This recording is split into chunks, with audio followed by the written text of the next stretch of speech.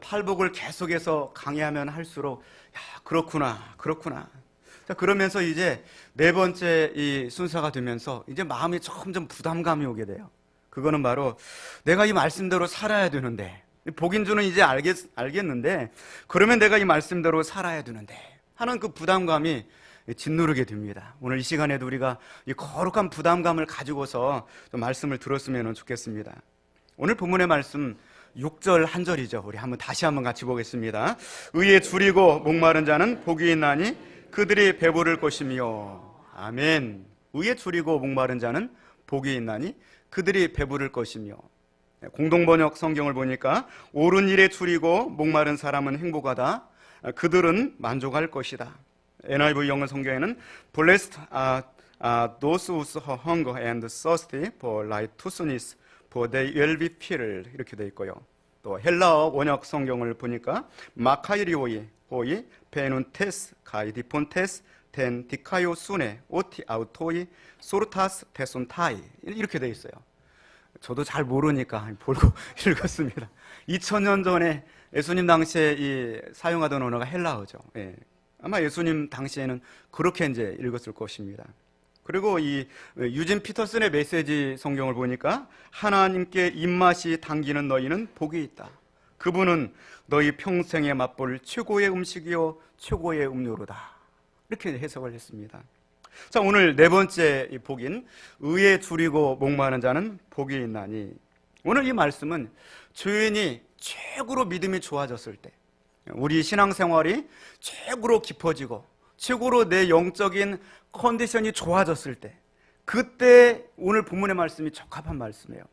그러니까 한 주간 동안에 여러분 마음속에 정말 하나님을 찾고 갈망하고 막 고민하고 그러면서 오늘 이 자리에 왔다면 이 말씀이 딱 맞아 떨어져요. 근데 한 주간 동안에 최고로 내가 다운되어 있고 영적인 슬럼프에 빠져 있고 막 엉망진창 내 삶을 막 살다가 와 있으면 오늘 말씀이 굉장히 부담스러울 수가 있어요.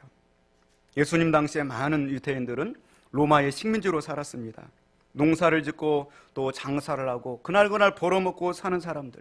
그런데 예수님이 주활동 무대인 갈릴리 사람들은 더더군다나 어렵고 힘든 인생을 살았습니다. 물론 우리나라 사람들도 배고픈 시절이 있었습니다.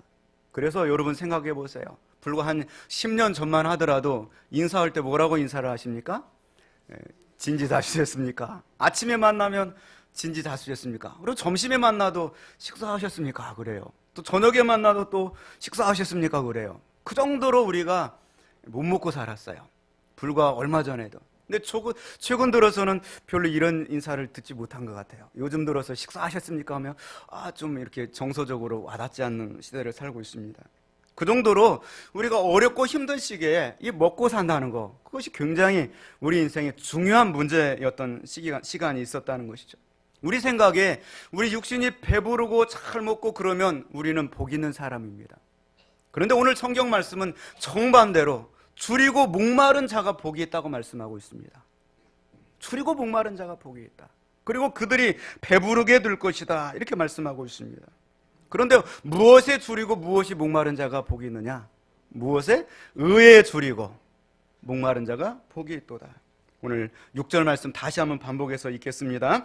의에 줄이고 목마른 자는 복이 있나니 그들이 배부를 것이며. 아멘.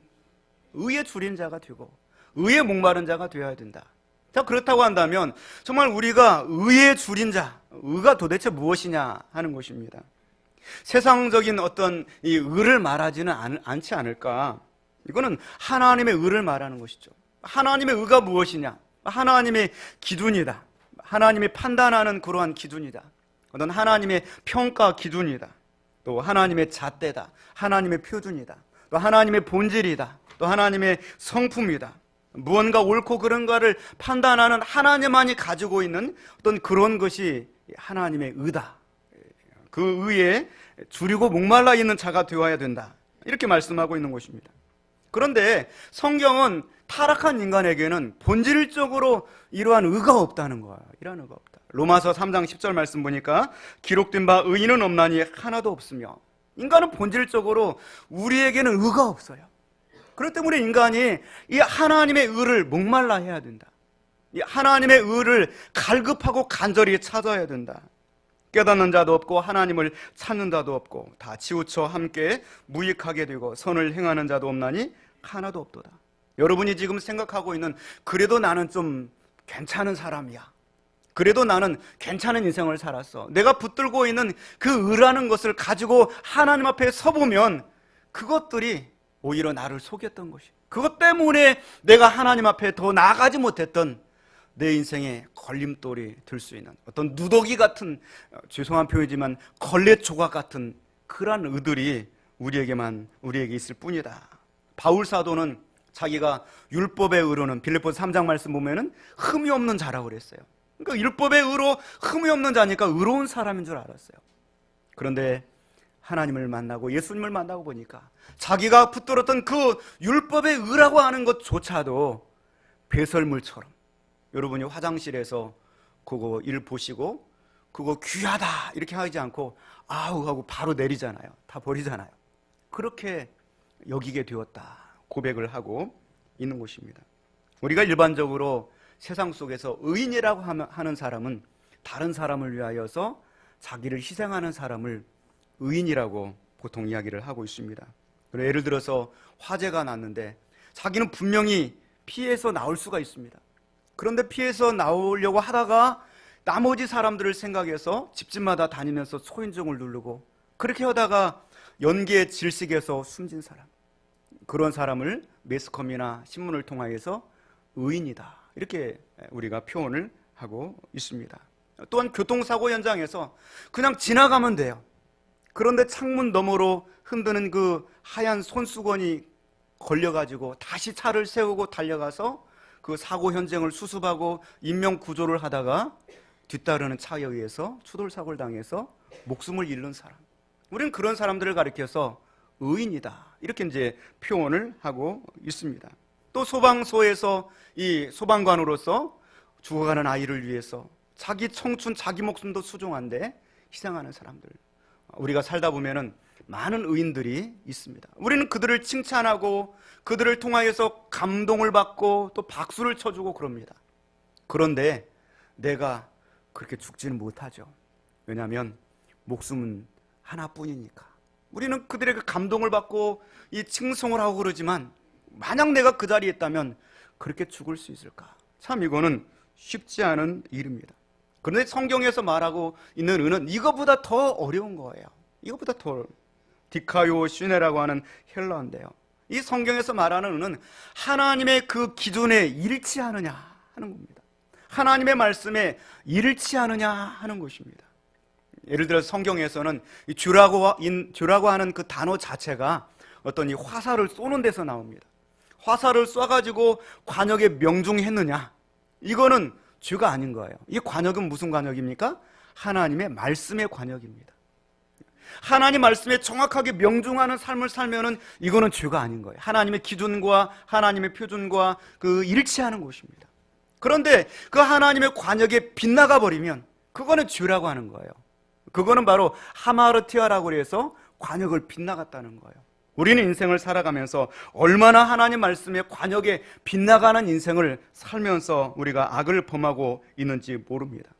성경에서 말하고 있는 의가 무엇이냐? 로마서 1장 17절 말씀 보니까 복음에는 하나님의 의가 나타나서 믿음으로 믿음에 이르게 하나니 기록된 바 오직 의인은 믿음으로 말미암아 살리라 함과 같으니라. 곧 하나님의 의가 무엇이냐? 하나님의 의는 바로 복음이다. 할렐루야. 성경이다. 그게 하나님의 의다. 곧 하나님의 의인, 이 성경 말씀대로 이렇게 사는 사람은 의인이고, 그렇죠, 성경 말씀대로 살지 못하는 사람은 죄인이다. 그렇게 말씀하고 있습니다. 또 하나님의 의가 무엇이냐? 두 번째로는 고린도후서 5장 21절 말씀 보니까 하나님의 죄를 알지도 못하신 이를 우리를 대신하여 죄를 삼으신 것은 우리로 하여금 그 안에서 하나님의 의가 되게 하려 하심이라. 예수 그리스도가 우리가 붙들 유일한 의다 이렇게 말씀하고 있습니다. 바울 사도도 빌립보서 3장 9절 말씀에서 내가 가진 의는 율법에서 난 것이 아니요 오직 그리스도를 믿는 믿음으로 말미암은 것이니 곧 믿음으로 하나님께로부터 난 의라. 할렐루야. 인간에게는 의가 없다는 거예요. 그리고 하나님의 꽤 많은 의가 있는데 그 하나님께 있는 의는 바로 하나님의 말씀이고 하나님이 이 땅에 보내신 구원자 예수 그리스도가 유일한 우리의 의다, 이렇게 말씀하고 있습니다. 자, 이렇게 생각해 볼 때 이 의라고 하는 것, 이 의라고 하는 것은 절대로 인간의 노력과 선행을 의미하지 않습니다. 그렇잖아요. 우리가 의인이다 하면서 이 땅에서는 누군가를 위해서 자기 목숨을 희생하면 의인으로 우리는 칭송을 하지만 그것조차도 하나님의 말씀 안에 먼저 부합이 되고 행하는 것이어야 의다, 이렇게 말씀하는 것이죠. 그렇다고 봤을 경우에 의인이 된다는 것은 참으로 불가능하고 어려운 것이죠.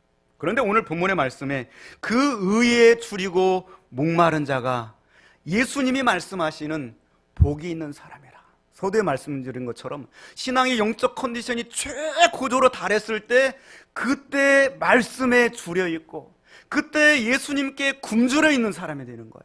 그때 바로 복이 있는 사람이 되고 그때 하나님께서는 그에게 배부름을 주실 것이다, 이렇게 말씀을 하고 있는 것이죠. 하나님 말씀에 줄여야 되고 예수 그리스도의 굶주리고 목마른 자가 복이 있다.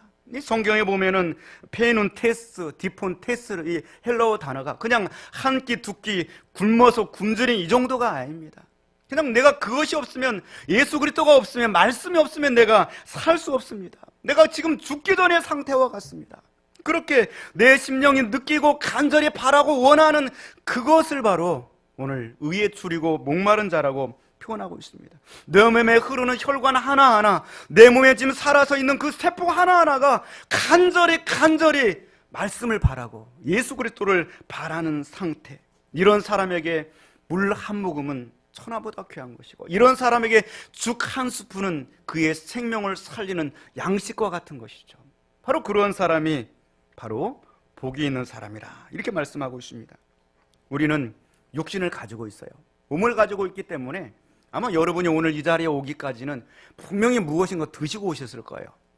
다이어트 하려고 금식하고 있는 사람 위에는 다 무엇이라도 드시고 오셨을 거란 얘기죠. 그 무언가를 먹어야만 우리는 살 수가 있는 것이죠. 우리는 누구나 다 그렇습니다. 이 무언가를 먹고 무언가를 갈망하고 굶주려 있는 것, 이런 것은 하나님은 우리에게 주신 본능입니다. 우리가 살아나가기 위해서 필수적인 요소인 것이죠. 이처럼 우리가 영적인 목마름이 있어야 된다, 이렇게 말씀을 하고 있는 것입니다.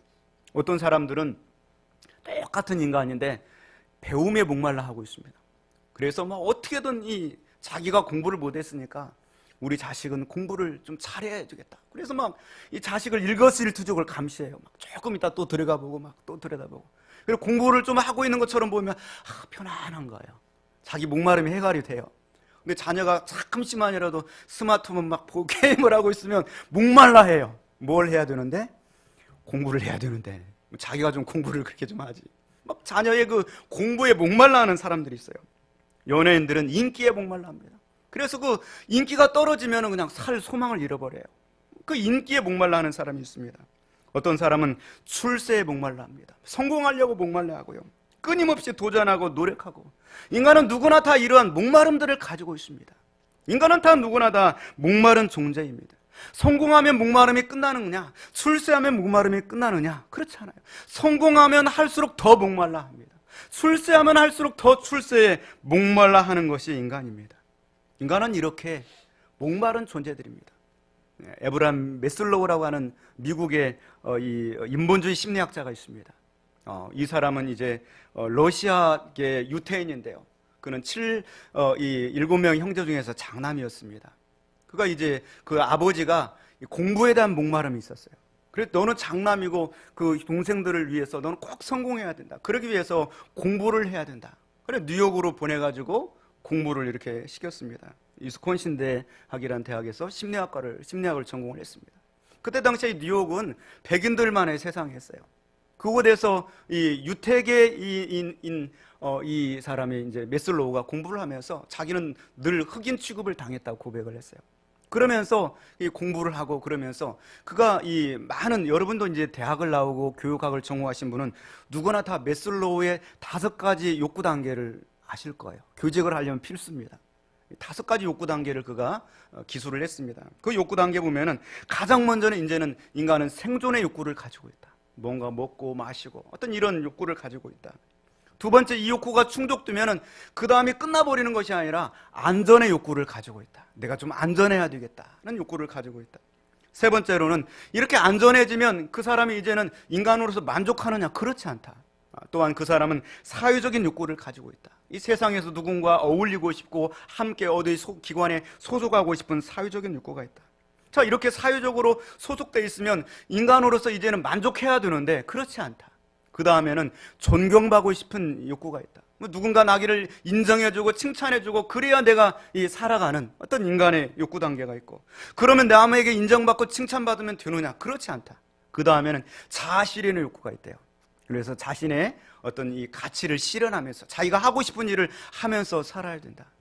그런데 성경은 한 가지를 더 말하는 거예요. 인간의 욕구는 절대로 이걸로 끝나지 않는 거예요.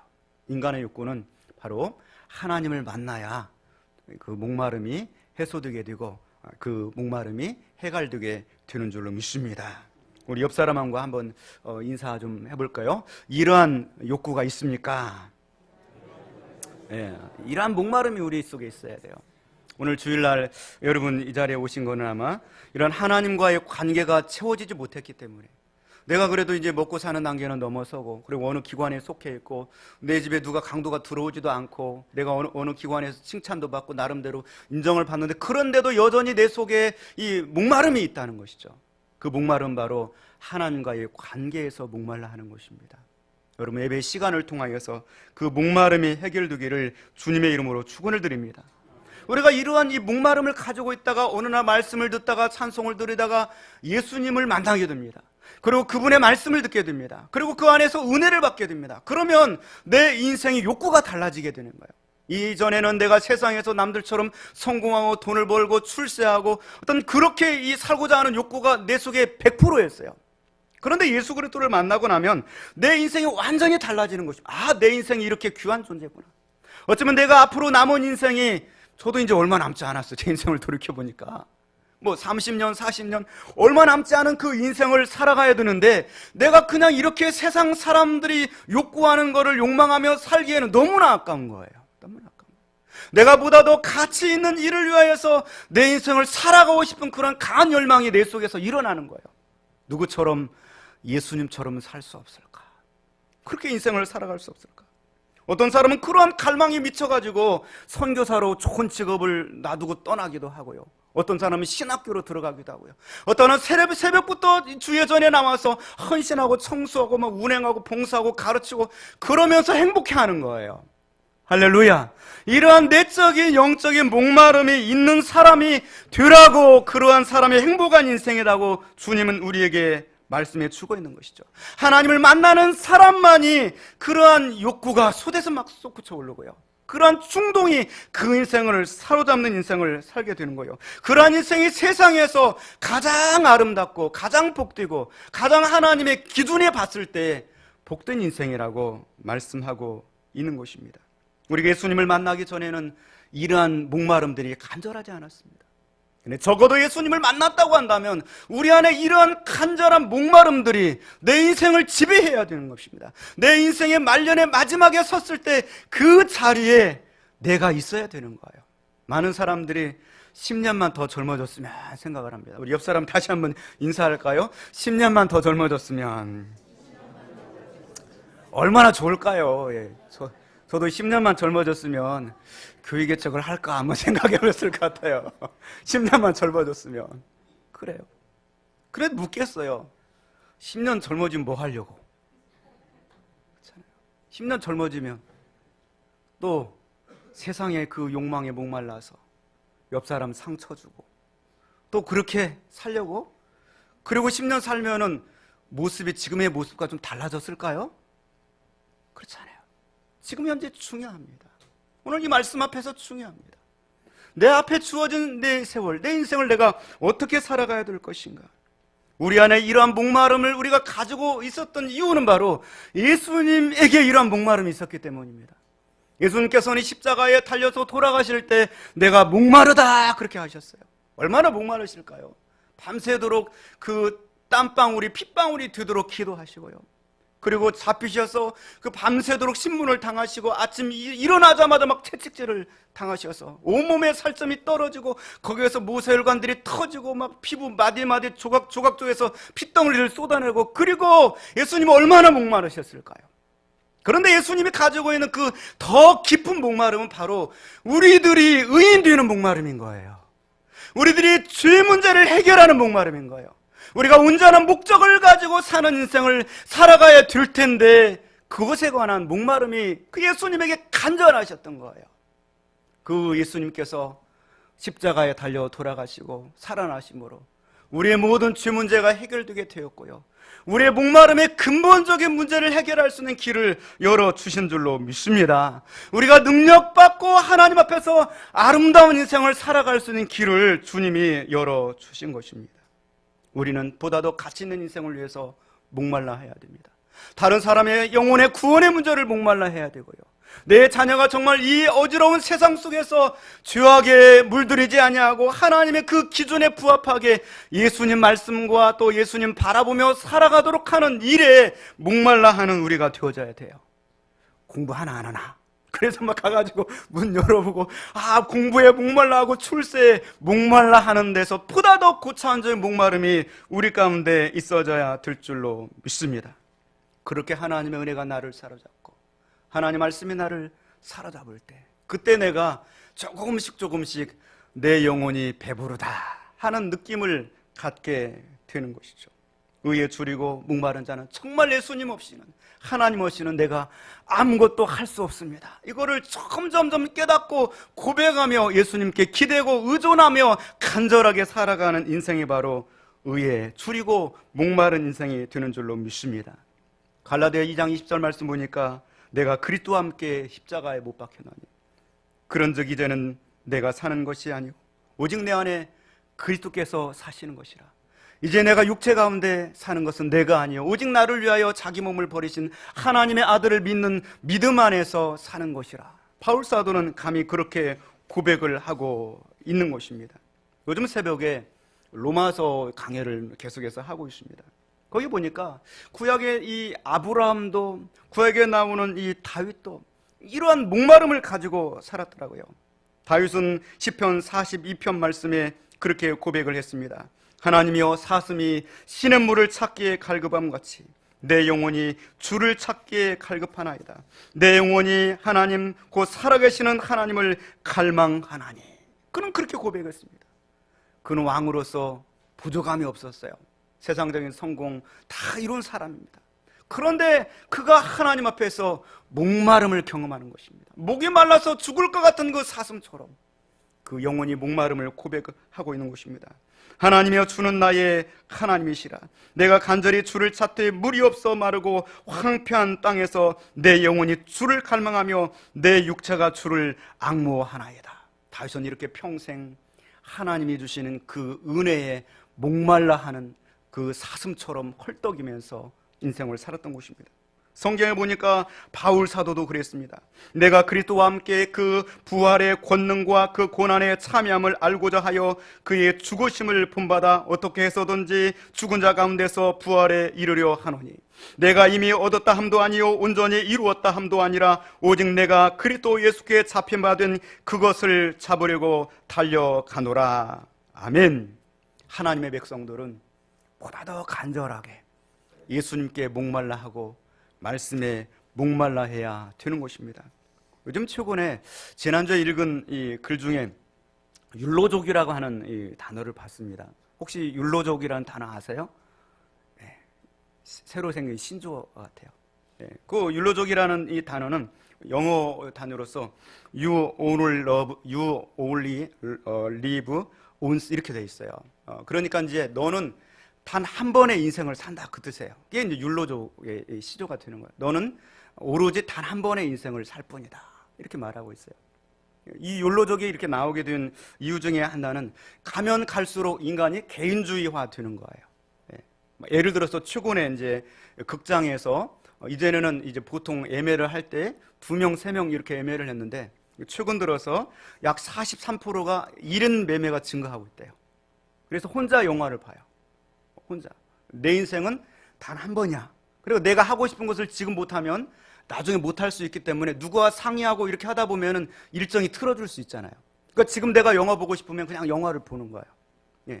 심지어는 요즘은 고등학생들도 자 영화 보고 싶으면 혼자 가서 그냥 영화를 봐요. 왜? 공부를 열심히 해야 되는데 그런데 그 시간이 그때밖에 없는 영화를 보고 싶어. 누구하고 이렇게 약속하고 할 그런 이 시간이 안 돼요.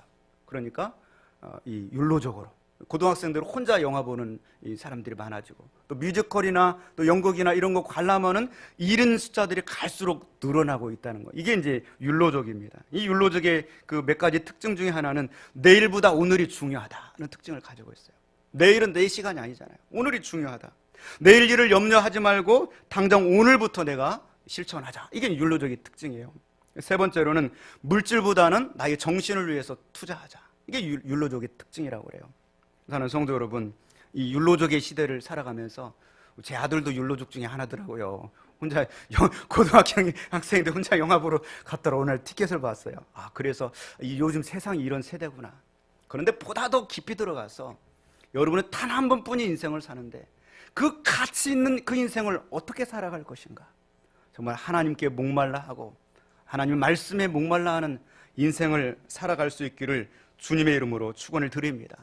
이렇게 의에 줄이고 목마른 자의 이 축복을 성경은 말씀하고 있습니다. 6절 말씀 다시 한번 보고 말씀을 정리하겠습니다.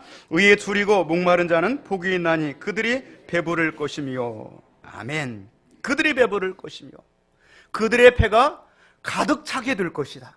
마치 이 푸른 폴밭에서 소가 풀을 뜯는데 풀을 너무 흡족히 먹어서 배가 빵빵하게 찬 것처럼 그들이 배부를 것이며 완전하게 자기 영혼과 육체가 만족함을 얻게 되는 상태를 말씀하고 있습니다. 나는 이제 완전히 살았다. 나는 이제 채워져서 더 이상 목마르지 않다. 그런 거예요.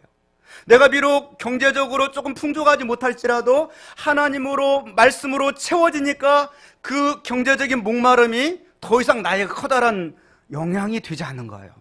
할렐루야. 요 상태가 된다고 성경은 말씀을 하고 있는 것입니다. 말로 형용할 수 없는 그 만족함이 하늘에서부터 하나님께서 공급하시는 만족함이 우리 영혼을 가득 채우게 될 것이다. 이렇게 말씀해 주고 있는 것입니다. 시편 107편 9절 말씀처럼 그가 사모하는 영혼에게 만족을 주시며 줄인 영혼에게 좋은 것으로 채워 주심이로다. 이사야 34장 말씀, 시편 34편 10절 말씀에 젊은 사자는 궁핍하여 줄일지라도 여호와를 찾는다는 모든 좋은 곳에 부족함이 없으리로다. 아멘. 이렇게 하나님을 찾고 또 찾으면 그 과정들은 힘들고 어려울지라도 언젠가는 하나님이 그 영혼을 만족하게 채워주실 것이다. 이렇게 말씀을 하고 있는 것입니다. 높은 산이 거친들이 초막이나 궁궐이나 내 주 예수 모신 곳이 그 어디나 하늘나라. 이런 노래가 이런 찬송이 나오게 될 것이라는 것이죠. 자, 그리고 오늘 이 본문의 말씀을 이렇게 다시 한번 여기까지 이제 연구를 해보고 결론은 어느 정도 얻고 그리고 본문의 말씀 번역본들을 다시 살펴봤더니 놀랍게도 유진 피터슨이라고 하는 분이 기록한 메시지 성경이 정말 잘 번역을 한 것 같아요. 처음에는 여러 번역들을 보면서 유진 피터슨의 메시지는 좀 이번은 번역을 좀 잘못한 것 같다 그랬거든요. 제가 다시 한번 읽어드리겠습니다. 하나님께 입맛이 당기는 너희는 복이 있다. 그분은 너희 평생에 맛볼 최고의 음식이요 최고의 음료로다. 할렐루야. 좀 이해가 되십니까? 하나님께 입맛이 당겨가지고 맛있는 음식을 막 먹고 싶어 하는 것처럼 하나님의 말씀과 하나님께 입맛이 막 당겨야 된다. 하나님은 너희가 먹을 최고의 양식이요 최고의 음료로다. 요한복음 4장으로부터 6장까지 말씀 보면은 수가성 여인에게 예수님 말씀하였습니다. 이 물을 마시는 자마다 다시 목마르느니와 내가 주는 물을 마시는 자는 영원히 목마르지 아니하리니 내가 주는 물은 그 속에서 영생하도록 솟아나는 샘물이 되리라. 요한복음 4장에서. 그리고 조금 지나가니까 우병이어 기적을 행하시고 요한복음 6장 말씀에 이렇게 말씀하셨습니다. 나는 생명의 떡이니 내게 오는 자는 결코 줄이지 아니할 터이요 나를 믿는 자는 영원히 목마르지 아니하리라. 아멘. 예수님으로 우리가 채워져야만 우리가 목마르지 않는 우리의 갈증을 우리가 근본적으로 해결하게 될 줄로 믿습니다. 오늘 의에 줄이고 목마른 여러분이 되셔서 10년 전으로 돌려오는 것 같은 그 인생을 살아서 주님이 주시는 정말 내 영혼이 이제는 배부르다 고백하는 그러한 주인공들이 다 되시기를 주님의 이름으로 축원을 드립니다. 기도하겠습니다.